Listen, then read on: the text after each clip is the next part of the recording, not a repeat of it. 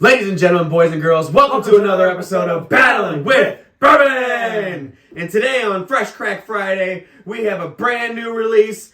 Woo! A 1924, 10-year-old old motherfucking Forester. And I'm your host, Rockstar Johnny Nye. And I'm your host, the real effing deal, the whole effing show, Mike Verdusco.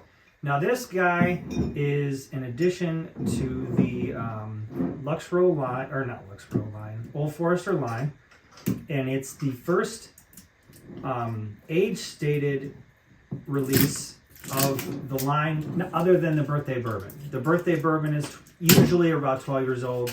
It varies from release to release, but it's usually around 12 years old. Yeah. This is the first supposedly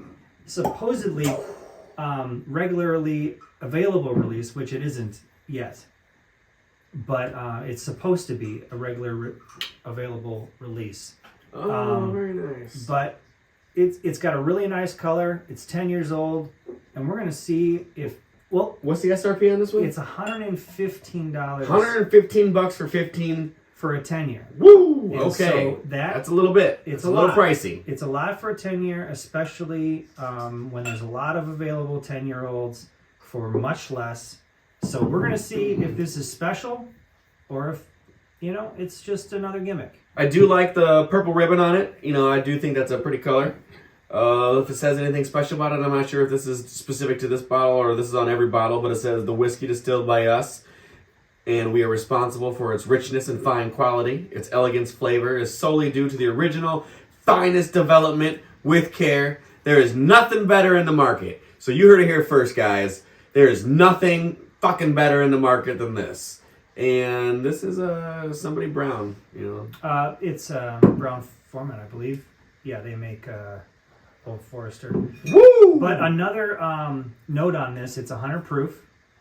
And it also is not the traditional Old Forester mash bill. It is the other one. The one that they sold at Buffalo Trace. Early Times. It's the Early Times recipe. It's the one that they use. It's a 10-year-old Early Time. For Kentucky. What the hell's the high-end Old Forester? I'm not going to lie. As soon as I nosed this, I started dazing off. The first nose kind of was like, whoa, took me back. Little ethanol.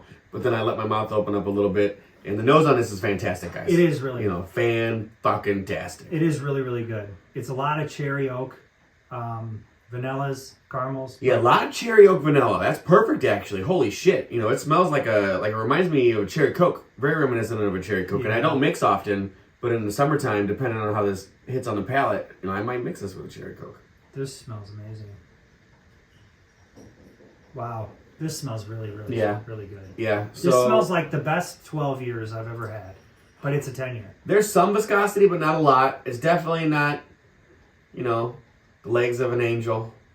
It's not bad, though. Well, maybe it is, because angels, I don't think angels have legs. We did have another thing in there, beforehand, so I think it does have some pretty decent legs. See how I swirl? It's got a nice ring, but there's no real leg.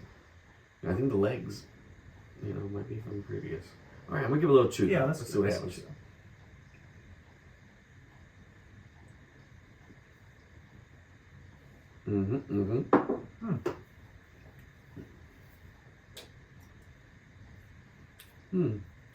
Much milder on the palate than it is on the nose. But also has a weird spice to it. What? And I'm not going to lie, it's got a hint of black licorice. If you're not a black licorice person, wow, you may not like that. Wow, the nose does not match the palate. No, not at all. What is that flavor? I told you, it's black licorice. I like the black licorice jujubes and the black licorice dots. Not the black licorice Twizzlers, but the dots and the jujubes. You get a pass. What in the heck? And it's weird. Because on the nose, it's more... Now, I'll tell you right now, it's weird. Because now that I've tasted it, and that note is on my palate, I do smell it out of the glass.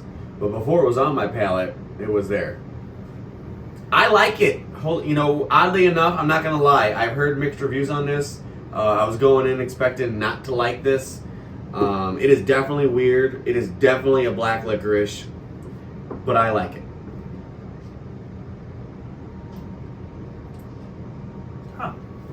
Now, on the second sip, Not so much black licorice. Little still. Starting to pick up that cherry note. The cherries come in a little. It's better on the second sip. More full rounded. Yeah, more full rounded. Because before it was like one note. It was one note. And It was really it was a strong. weird note, and it wasn't very flavorful. It was just this one weird note that was very licoricey. So we're gonna slight disagree because I agree with everything he said, other than the fact that I thoroughly enjoyed it. It was really good. Oh no, I'm it's not gonna nothing lie. wrong with it. I was prepared to give this 3 thumbs down. Swear to God, I was gonna give it maybe 1 thumbs up and 2 thumbs down, but this is gonna end up getting 3 thumbs up for me. Not a whole lot on the finish for me, but there is enough on the finish. Kind of like a honey tea bag. You know, because it's dry but sweet at the same time. So it can't be like honey tea. It's just fucking the bag and the honey. You're sucking on a fucking honey tea bag. Yeah, honestly, I do like. Still weird with the licorice though. It's throwing me off. I It's couldn't make odd. this an everyday sipper. No. No. It's I want something different. What do I have that's different? Correct. Let's go for this. Also reminds me of Christmas.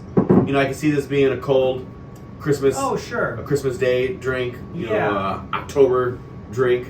You know, that kind of a thing. No, and I do like it. Yeah. I enjoy it. It's just weird. I finished it, so I must enjoy it. It's just weird. And honestly, that's the perfect way to put it. It's just weird. It's not anything like you've ever had before. Like honestly, this is a very unique bourbon. Let's just say that's the best way to put it, because weird kind of has a negative context. It's unique. It's different from any other 10-year on the market that I've had. I wouldn't mind having a backup bottle, seeing as it's currently not readily available on the shelf. Yeah. If I see it, I'll pick it up. Mhm. You know, 115 is a little steep, I'm not going to lie. But the nose on this is phenomenal. Like, I'm just going to say that right Oh, yeah. The nose is... Oh, yeah. The palate gets into that uniqueness that's weird but good. Finish it's 100 proof, so it's there. You still have the flavors on your palate, so I would say it's good. It's not real. It's still going for me, though. Yeah. It's dancing. It's dancing around my palate and my mouth. Yeah, Circular motion. It around doesn't the like perimeter. die off like a lot of 100 proofers could. No. It's pretty long in that regard. So Yeah. I have to agree. I think I'm gonna go 3 thumbs up. 3 thumbs up. Yeah, 3 thumbs up. Yeah, For sure. I was surprised, to be honest, with the things I've heard. I'm surprised that I gave it that, but I think it's earned it. Yeah, me with, too. With Me too. uniqueness. Yes, mainly with uniqueness. With uniqueness. Yes, it's earned correct. We'll see what happens on a taste test, but on a solo dolo, it's getting 3 thumbs up. Yep, I agree. And for now, we're battling with bourbon. Top guys out.